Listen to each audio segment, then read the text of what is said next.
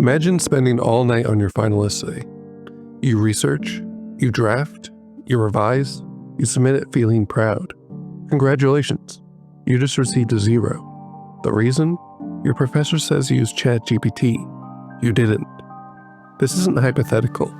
This happened to an entire senior class at Texas A&M University in May 2023. And according to Rolling Stone, some of them had their diplomas withheld until each of their individual investigations were completed. Here's what happened.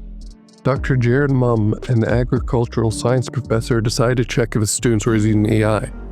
He just copied their essays into ChatGPT and asked it, "Did you write this?"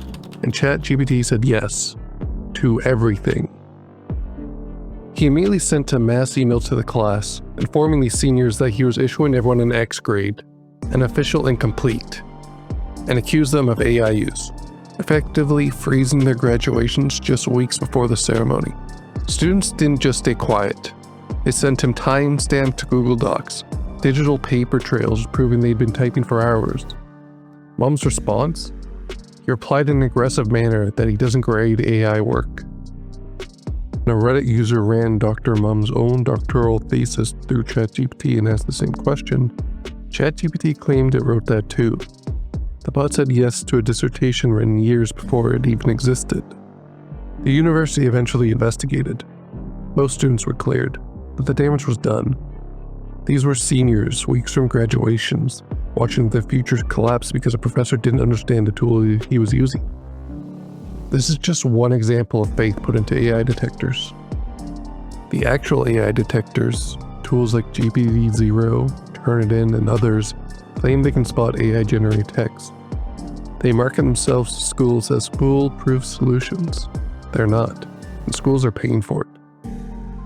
Turnitin charges licensing fees based on student enrollment, creating a perverse financial incentive. These companies profit when schools believe AI cheating is rampant.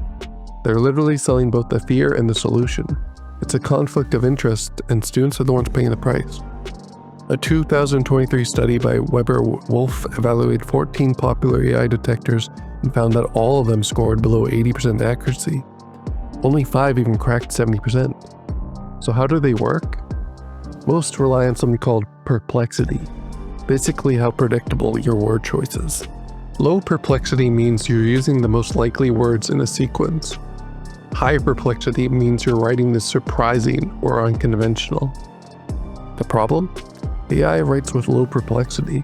It uses the most common words and phrases because that's what it's trained on. But you know who else writes with low perplexity? Non-native English speakers. Students with dyslexia or dysgraphia. Anyone who edits heavily using tools like Grammarly. People who write clearly and concisely instead of using unnecessarily complex vocabulary. In other words, good writing can look like AI writing. Turnitin doesn't just charge schools for the detector. They also sell AI writing assistants, detection as an add-on premium feature. Schools that are already paying for plagiarism detection are told they need to pay more to catch AI. The company reported adding over 10,000 new institutional clients in 2023 alone. Students are now paying for AI humanizers, tools like StealthWriter and Undetectable AI that takes AI-generated text and rewrites it to bypass detectors. Think about what's happening here. Schools pay Turnitin to catch AI. Students pay humanizer companies to beat Turnitin. Both companies profit. The only people losing are students. So how are these detectors working against non-native English speakers? A Stanford study published in July 2023 tested 7 AI detectors on essays written by non-native English speakers. The results were devastating. Detectors flagged writing by non-native speakers as AI generating at alarming rates, while those same detectors were fairly accurate when evaluating essays by US-born 8th graders. In another case, a professor at Johns Hopkins noticed Turnitin was flagging international students' work at dramatically higher rates. These were students he would work with directly on outlines and drafts. He knew they'd written the paper themselves, but the detector didn't care. So once you're accused, how do you prove you didn't use AI? It's difficult to prove a negative. Some students were forced to write essays in front of professors, a humiliating process that still doesn't constitute actual proof. From this, the burden of proof has been completely reversed. You're guilty until you can prove your innocence. In the detector, it moves on to the next student. For international students, the stakes are even higher. Universities warn them that academic misconduct charges can lead to visa violations. Getting expelled doesn't just end your education, it can get you deported. And it's not just students. Freelance writers have reported losing jobs because clients ran their original work through AI detectors and got false positives. The economic damage extends beyond individual cases. A freelance technical writer in the AI industry, ironically, lost a $15,000 contract when her client's compliance department ran her work through the AI detector. She had been writing about machine learning for a decade. Her clarity and expertise made her writing look too AI-like. She showed them her research notes, her interview transcripts with engineers, her revision history. They didn't care. The detector said 94% AI probability, and when their policy was absolute, anything above 80% meant immediate contract termination. She's not alone. Writers' forums are filled with stories of people losing clients, having payment withheld, or being blacklisted from platforms, all because the AI detector flagged their original work. The cruel irony? Many of these writers now are afraid to use legitimate tools like Grammarly or even spellcheck, worried it might make their writing look too clean and trigger false positives. And it's not always hard to change the results. Stanford researchers found that when they asked ChatGPT to elevate its own AI-generated essays using more literary language detection, rates dropped from 100% to basically zero. So the detectors can't catch actual AI when it's slightly modified, but they'll destroy human students' academic career over their natural writing style. Some students are waking up to this.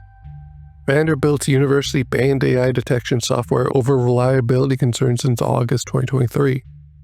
The University of Washington advised faculty not to use AI detectors as sole evidence of cheating. James Zhao, the Stanford professor who led the bias study, put it bluntly: the detectors are too unreliable at this time, and the stakes are too high for students to put our faith in these technologies. So what's the solution? Some schools are moving to process-based assessments, requiring drafts, outlines, in-class writing, having actual conversations with students about their work instead of outsourcing academic integrity to a broken algorithm. Because here's the bottom line: these detectors don't protect academic integrity. They shift the burden of proof onto students, forcing them to prove they didn't cheat, which is nearly impossible. And they give administrators an excuse to avoid the hard work of actually engaging with students. In reality, some students do use AI to cheat, and the detectors can catch them. But they get false positives on the ones who are writing in their second language, the ones with dyslexia who rely on editing tools, the ones whose clarity and expertise makes their work look too polished.